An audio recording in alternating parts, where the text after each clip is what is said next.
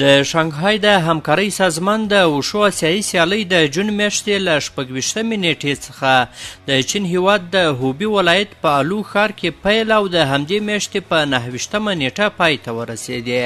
په یادو سیالیو کې د افغانستان په ګډون د 12 هیوادونو ورزشکارانو برخه اخیستې وه او د بېلابېلو وزنونو په کټګوریو کې سیالۍ ترسره کړې. په دغه سیالیو کې له افغانستان څخه 6 تنه ورزشکارانو برخه اخیستې وه او د یادو لوبغاړو له ډلې څخه 2 لوبغاړو شهزاده صافي د سپینو زرو میډال او محمد خالد هوتک د برنزو میډال وګاټه. د افغانستان د اولمپیک ملي ادارې د میډال ګټونکو لوبغاړو هیواد ته له راستنېدو سره سم د دوی د ستاینې لپاره غونډه ترسره کړه. په دغه مراسمو کې د ورزشي ادارو مسؤلینو او استازو ګډون کړی و. ویناوالو د افغان لوبغاړو هڅې وستایلې او ویې ویل چې افغان ورزشکارانو یو ځل بیا ثابته کړه چې د مناسبو شرایطو او ملاتړ په صورت کې کولی شي په نړیوالو سیالیو کې لا غوره پایلې خپلې کړي. دغه سیالۍ خو د دغو د سیالۍ د پیل نیټه د تېرې میلادي میاشتې 26مه نیټه وه، یعنې د جون د میاشتې 26مې نیټې څخه تر 29مې نیټې پورې دغه سیالۍ ولې بیا زموږ لوبغاړي افغانستان ته تېره پنجشنبې ورځ دلته میدان هاوي کې راښکته سولو، دلته راورسېدو الحمدلله. او نن د دغې لپاره دلته د اولمپیک په ملي کمیټې په تالار کې د تشویق غونډه نیول شوې وه. نو د سیالۍ هغه اساسي مهالویش چې و هغه د جون د میاشتې له 26مې نیټې څخه تر 29مې نیټې پورې سیالۍ ولیده. او بالکل زموږ مختلفو ورزشکارانو بهرنیو سیالیو څخه مخکې هم میډالونه ګټلي دي. په سیالیو کې بهرنیو سیالیو کې ګډون کړی. په ځانګړي ډول د وشو په برخه کې موږ له مختلفو سیالیو څخه چې د اسیا په سطحه د نړۍ په سطحه ترسره شوي دي میډالونه درلودلي دي. مخکې هم حتی د اسیا په اولمپیکي سیالیو کې هم موږ د وشو په برخه کې میډالونه ګټلي دي. د راتلونکو لوبو لپاره هم الحمدلله د ورزش ادارې چمتووالی جریان لري. د مختلفو ورزشي رشتو ورزشکاران چې دغو سیالیو ته ټاکل شوي دي یا دا دی چې احتمال د دې موجود دی چې هغوی به دغو سیالیو ته لاره پیدا کړي، د هغوی تمرینات اوس هم جریان لري.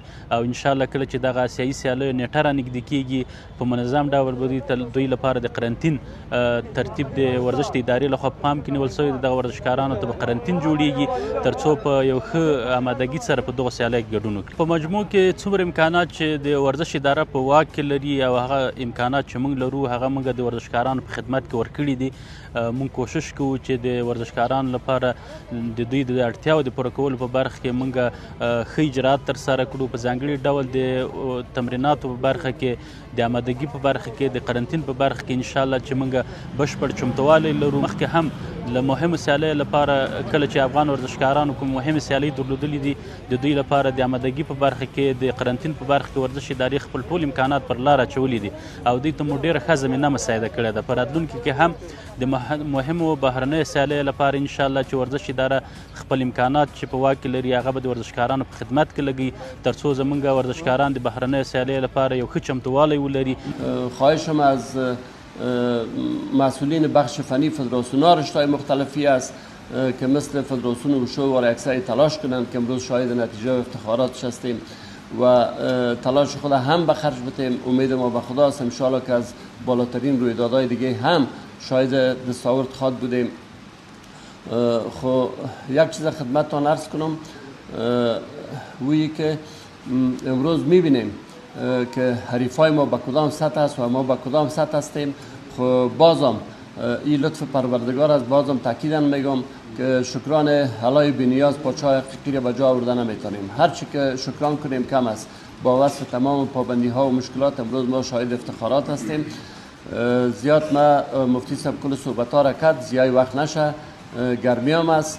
یک بار دیگه این دستاورد بزرگ به رهبری اداره ورزش، به ملت رنجیده افغانستان، به بزرگای امارت اسلامی افغانستان که واقعا ورزش را سپورت کردن، حمایه کردن و امروز خوشبختانه از آدرس ورزش به دنیا ثابت کردیم که افغانستان واقعا که از یک افتخارات و از یک استعدادها و از شجاعت برخوردار است و امروز ارتباطات ما از آدرس ورزش با وصف تمام پابندی‌ها با تمام دنیا است. این کلان افتخار است برای ما. یک بار دیگه از رهبری فدراسیون وشو تشکری و سپاسگزاری میکنم که واقعا زحمات و تکالیفشان به جای نبود. امروز ثمره شدیدن و اداره ورزش تا حد توان در خدمتتان است به امید موفقیت و پیشرفت و کامیابی بیشترتان.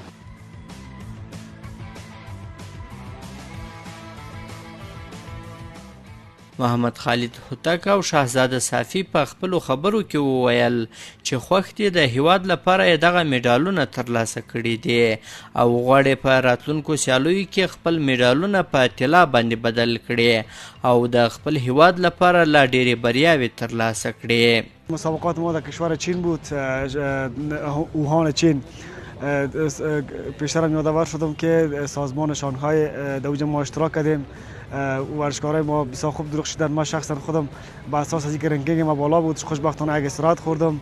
10 نفر در وزن ما بود و 3 ورزشکار دیگه و متاسفانه وزن خود درست کنترل کردن نتونستن، اونا اوت شدن و ما با عارف ایرانی که اونا بسیار جات از لحاظ و متاسفانه به 1 پوینت به 1 نمره ما مسابقه را واگذار کردم و بسیار خوب شد که بخیر مسابقاتی که پیش رو دارم 2 ماه بخیر المپیک آسیا است.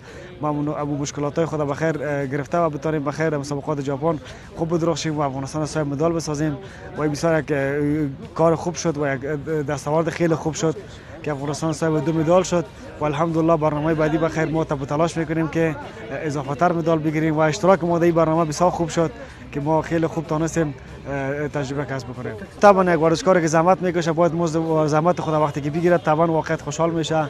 ما واقعا زیاد خوشحال هستم در این سفر اشتراک کردم و مدال کسب کردم و ان شاء الله که بخیر آینده که بخیر ما شما المپیک آسیا پیش رو داریم و بتونم بخیر ما این مدال و مدال نقره و طلا تبدیل بکنیم ان شاء الله که بخیر از می پرده کامل شما ان شاء الله وعده میتیم بخیر که ما بتونیم از اون رویداد بزرگ نتیجه کنیم. فقط هدف از این است که سکتورهای خصوصی باید توجه بکنن به تمام ورزشکارا حمایت بکنن از هر نگاه، چون مقایسه ما با مقایسه ورزشکارای بیرونی زمین تا آسمان است. اگر این سکتورهای خصوصی الحمدلله اداره ورزش تا اندازه تلاش خود میکنه ولی تنها با اداره ورزش نمیشه، باید سکتورهای خصوصی تجارای ملی دست به دست هم داده ورزشکارا حمایت بکنن تلاش بکنن که بخیر افغانستان همیشه بره و صاحب مدال شه بخیر. ما مسابقات داشتیم در آنگهای در چین آنگ که توانستم مدال نقره را به دست بیارم. مسابقات ما در چین داشتیم. من مسابقه اولم همراه قزاقستان بود، حریفم بسیار قوی بود، او را توانستم برنده‌اش هم ببرم. دوم کردم هنگ کنگ بود، هنگ کنگ هم شکستم فاینال چون پایم اوگار بود درست کار نمیداد. همراه چین بود و چین واگذار کردم مسابقه را. مدال آوردن از کشورهای خارجی بسیار مشکل است دیگه. بسیار خوشحال هستم. یک تشکری خاص از خانواده میکنم که مرا حمایت کرد.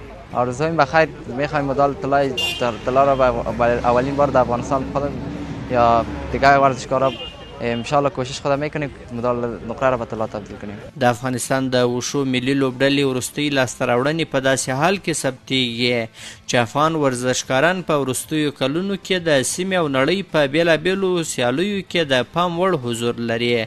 د ورزش د چارو د شنونکو په خبره د تمرینونو دوام د سیالیو زیات فرصتونه او پراخ مالي ملاتړ کولی شي د افغانستان د وشو ورزش ته لا ډېر نړیوالو بریاوو زمینه برابره کړي.